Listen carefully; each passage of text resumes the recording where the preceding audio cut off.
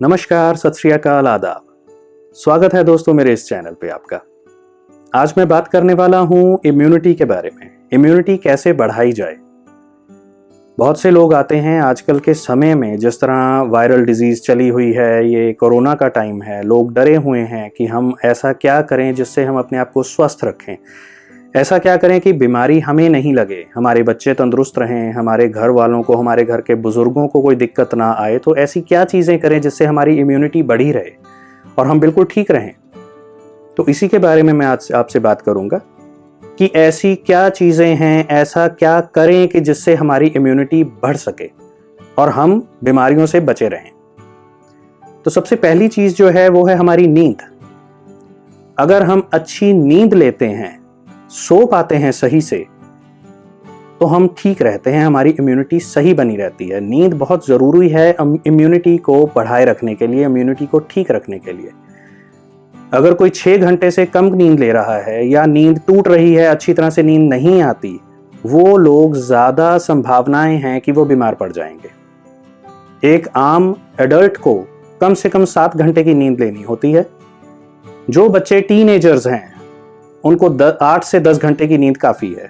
जो इन्फेंट्स हैं, 1 साल से छोटे बच्चे या उनसे थोड़े बड़े बच्चे, उनको कम से कम 14 घंटे की नींद चाहिए।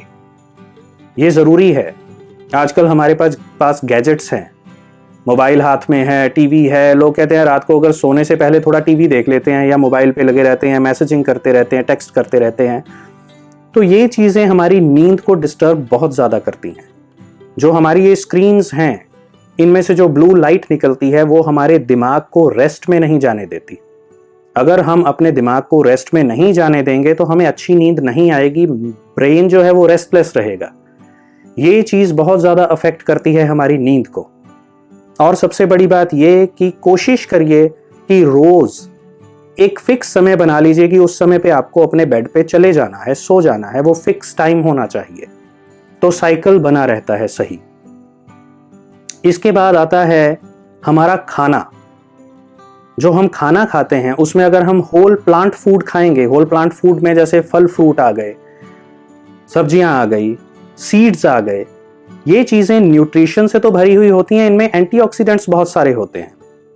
हमारी बॉडी में जो फ्री रेडिकल्स बनते हैं, वो फ्री रेडिकल्स इन्फ्लेमेशन करते हैं बॉडी में, जो कि ऑर्गन्स को नुकसान पहुंचाते हैं बाकियों को। तो जितने भी ये एंटीऑक्सीडेंट्स हैं जो हमें फ्रूट्स में मिल जाते हैं, सब्जियों में मिल जाते हैं, तो ये चीज़ें एंटीऑक्सीडेंट्स उन फ्री रेडिकल्स को न्यूट्रलाइज करने का काम करते हैं और हमारा शरीर तंदुरुस्त रहता है, हमारी इम्यूनिटी को बढ़ा देती हैं ये चीज़ें। इसके साथ हमें फर्मेंटेड फूड जो खमीर वाला फूड होता है, जैसे कि दही, योगर्ट अगर हम खाते हैं, योगर्ट हो गया, पनीर हो गया, इडली, डोसा, उसके साथ ये भटूरा, जो खमीर वाली चीजें हैं, इनमें गुड बैक्टीरियाज होते हैं बहुत सारे। गुड बैक्टीरियाज, बेनिफिशियल बैक्टीरियाज, इनको प्रोबायोटिक्स भी कहा जाता है। ये हमारी आंतों में जो अच्छा बैक्टीरिया है उसको और ज्यादा बूस्ट करते हैं। वो अच्छा बैक्टीरिया हमारी डाइजेशन को ठीक रखता है, खाना खाने में पचता है, अच्छे से हम न्यूट्रिएंट्स ले पाते हैं शरीर में, हमारी इम्यूनिटी बढ़ती है। और वो अच्छा बैक्टीरिया बुरे बैक्टीरिया को मारने में भी काम करता है। तो ऐसी चीज़ें हमारी इम्यूनिटी बढ़ाने में बहुत ही ज़्यादा फायदा देती हैं हमारे शरीर को। इसके बाद है पानी पीना। पानी जर्म्स या बैक्टीरियाज को मारता नहीं है, बट पानी जो है हमारे ऑर्गन सिस्टम्स को बहुत अच्छा रखता है, तंदुरुस्त रखता है। और उसके बाद ये तंदुरुस्त शरीर जो है वो लड़ने के लिए बहुत तैयार रहता है और कोई बीमारी हमारे तक नहीं आ सकती। अगर आती भी है तो ये भी हो सकता है कि आई और चली गई, हमें पता भी नहीं चला, हम तंदुरुस्त ही रहे, कुछ बिगाड़ ही नहीं पाई वो बीमारी। तो ये चीज़ें ज़रूरी हैं। जो बुजुर्ग हैं, ओल्ड एज में हैं, उनकी प्यास लगने का जो सिग्नल होता है बॉडी वो नहीं देती। उनमें ये चीज़ का फ़र्क आ जाता है कि बॉडी बताती नहीं कि अब प्यास लगी है और पानी पीना है। तो उन्हें चाहिए कि रेगुलर इंटरवल पे थोड़ा थोड़ा पानी वो पीते रहें, ताकि उनके अंदर डिहाइड्रेशन ना हो, पानी की कमी ना आए।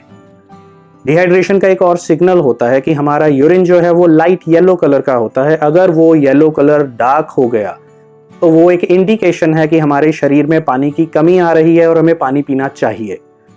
तो ये चीज़ बहुत ज़रूरी है। इसके अलावा हमारी एक्सरसाइज, अगर हम मॉडरेट एक्सरसाइज करते हैं बहुत ज़्यादा हैवी एक्सरसाइज करने की ज़रूरत नहीं है। बहुत इंटेंस हार्ड एक्सरसाइजेज जो हैं वो हमारी इम्यूनिटी को कम करती हैं। बॉडी इतना थक जाती है कि अगर बाहर से कोई इन्फेक्शन आएगा भी तो फटाफट पकड़ लेगी। तो मॉडरेट एक्सरसाइजेज में जैसे जॉगिंग हो गया, साइकिलिंग हो गया, स्विमिंग हो गया, उसके अलावा आप ब्रिस्क वॉक कर सकते हैं।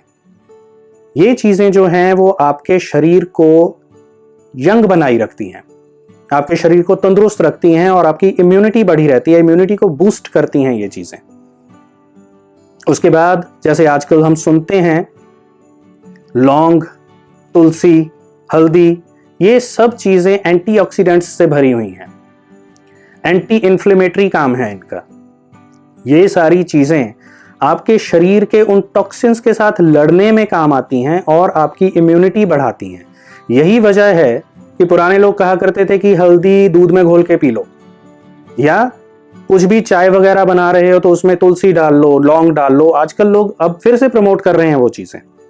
ये वो नेचुरल चीज़ें हैं जिनमें मिनरल्स और एंटीऑक्सीडेंट्स भरे हुए हैं और आपके शरीर को हेल्दी रखने में, इम्यून रखने में बहुत ही ज़्यादा काम करते हैं ये चीज़ें। इसके बाद है आपका स्ट्रेस लेवल।